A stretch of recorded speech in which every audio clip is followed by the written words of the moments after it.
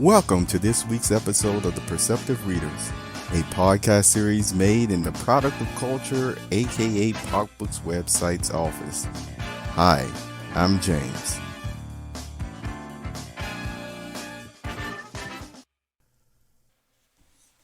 Garrison Living, the best of times. What is Garrison Living? Hi, I'm James and welcome to this Perceptive Readers.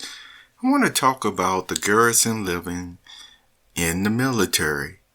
It is a different type of living, and yet there are opportunities to have many things that you enjoy doing when you're not in the hustle and bustle and seriousness of actually when you're on site somewhere, when you're actually in the wilderness somewhere, and yes, sad to say, when there is a conflict between towns or nations, which as you know you would call wartime. Sad to say. But even during such times where there's conflicts going, there is an area and location that they set up and call a garrison. What is garrison life like? Well, when you're actually out on the range or somewhere again in the previous environments that I described, you actually find that out there it's rough and it's a different way of living than being back in garrison living. See, garrison living in the military is still different from your regular civilian life even. And so there are certain things that you just do every morning non-stop. First thing in the morning, from making your bed to actually cleaning up your whole area, your room or what have you. You're still checking to see if your shoes are spit shine. Well, you don't have to spit shine them, but they should be sparkling, you see. And the same thing with your uniforms. They are very nicely pressed and cleaned, and even in your drawers and closets, and you will find everything is dress, you see, very neatly put. That's if, once again, you live in the garrison area, the barracks area, the tent that has been set up in these different locations where you're at, you see. Now, the other thing that goes along with that when persons are on leave in the garrison areas, they engage in recreation and entertainment that they don't get to do when they're outside of that environment. Yes, they enjoy themselves. It is very refreshing for them. Right now, in many areas, since there are no serious conflicts going on in the area that these military personnel are in, they are enjoying the fruits of their labor in the garrison area. Now, what happens when there is an area that is under conflict? Well, let me tell you one more thing before that happens. In the garrison area too, during the work hours, if you will, they can start very early in the morning and last till, the afternoon or later part of the day sometimes. Basically, there are certain guidelines and commands and rules and things that you abide by, and you don't even think about it. You just do them. You've been trained for it. You just do it. You know how to follow policies, etc., because it's been, especially during basic training, drilled into you. All right. Now that's still garrison living.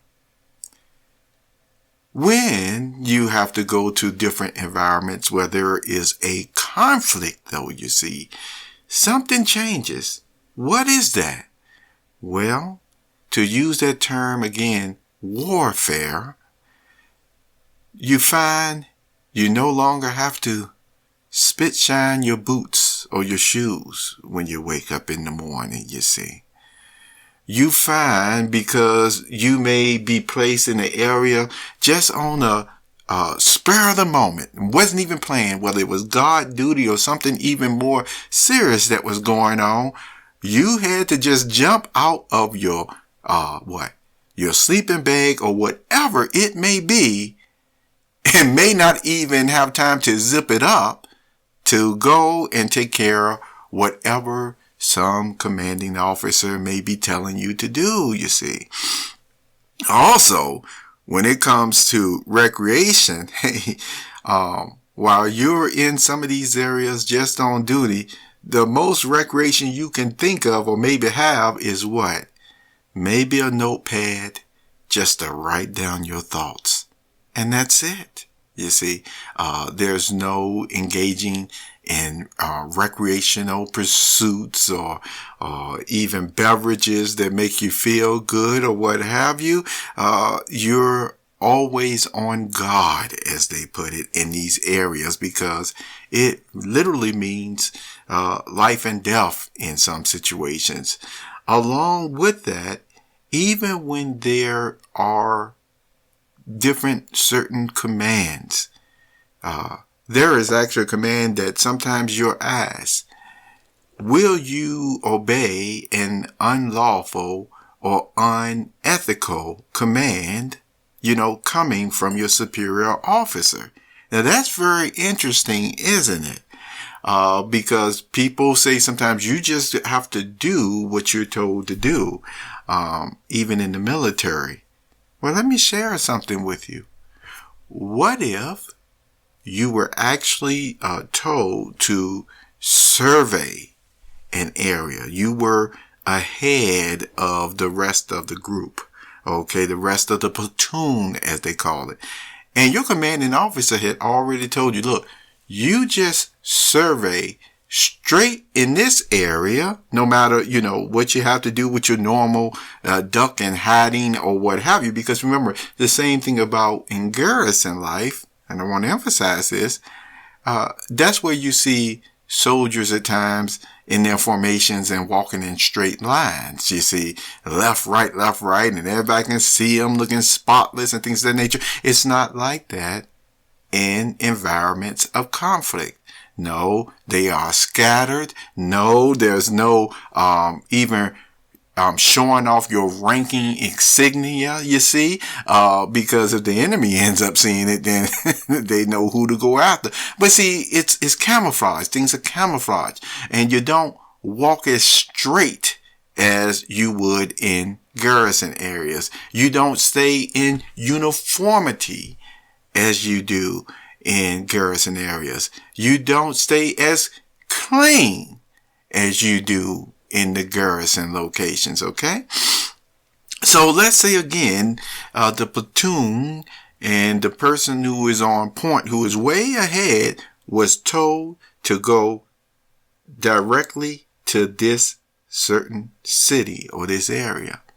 Now, while the person was out there, they end up finding some strange activities going on to maybe the left or to the right of them. See, now in this case, when I say strange activities, it's enough to maybe at first put the person even on guard and not say, hey, I can just proceed forward. I have to investigate.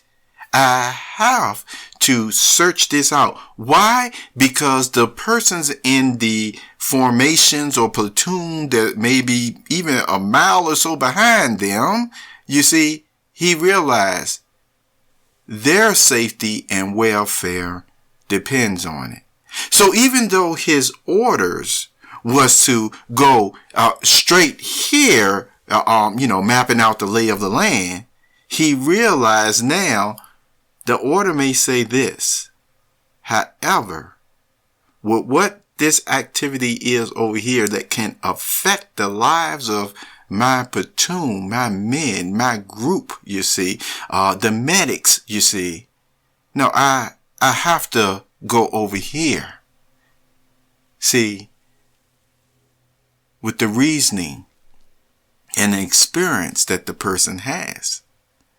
By them or him actually searching out what was really going on, then he could find all the pitfalls to still end up going back and telling even the commanding officer or leader that we cannot go this route that you said for us to go, because if you do, then what would happen? Lives could be lost. Now, I shared this account with you because even in the good book, it describes persons who are striving to live a certain life, and the life that, God tells them to live, and also to engage with others. It is literally like being, or figuratively being, a soldier, and in a type of battle and spiritual warfare, if you will. So there are actually times where a Christian may find out, I'm not in Garrison Living. I'm more in the hostile environment type of setting now. Do you see? And one thing still to keep in mind is that no matter what environment that a person finds them in, there are times where, it's just between your decision and your conscience on how you're going to not only take care of yourself, but ones who may be in your platoon, so to speak. And this knowledge, because you're on point, you may be the only one that actually have what is going on, and you can be thankful that the grand one, the general of it all, if you will, has revealed this to you, so that you can continue to proceed with wisdom, you see, in order to make wise choices and decisions for you and your platoon. Okay? Thank you for being with me on this Perceptive Readers moment. And always still, no matter what situation you may be in, try to keep the personality that the ones who should feel approachable, that you should feel approachable to, that hopefully they will still feel that approachableness to you, no matter whether you're in Garrison Living, so to speak, or if you're actually in a different environment that's more hostile, where you have to use more of your wits and your thinking ability, because you realize there are certain situations or even commands that even the ethical conscience overrides those commands that was given just basically as more of a law of the land type of thing. Do you understand what is being said? If you're a perceptive reader, most likely you do.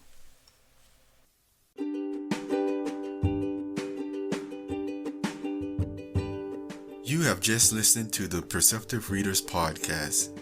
Remember, until next time, if you read something that encourages you to improve or enhance your life for the better, it becomes your reality.